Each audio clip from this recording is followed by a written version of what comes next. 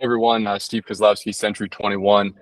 Let's talk about contracts that are as is versus just the standard due diligence. Obviously, every market's contract's a little bit different, and Colombia is different from most of the state. They use a state contract, and we use our, Central Carolina's version.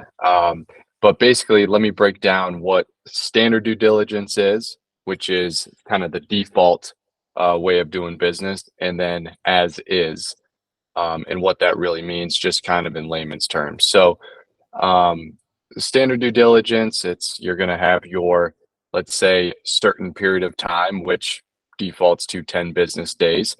I'm not going to go into the details of that, but basically, you have 10 business days to do your inspections, whatever you want.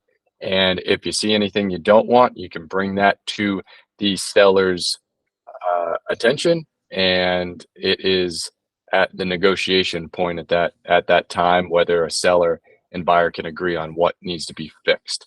Um, the difference between that and as is going to be you're going into it saying, I don't want the seller to fix anything. That doesn't mean you necessarily can't ask for it if it's something you uncover during the due diligence. It's just stating up front, you're not going to be asking the seller for anything.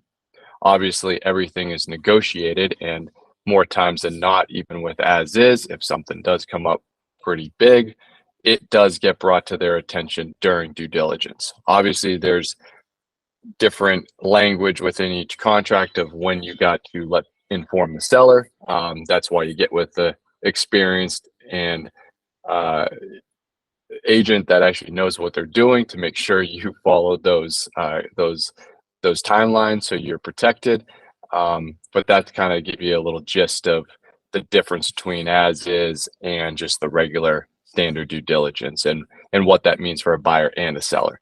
So I hope that broke it down a little bit for you. Obviously, if you have any more questions, let me be your agent, and I will be glad to help you get that across the finish line. All right, talk to you later, everyone.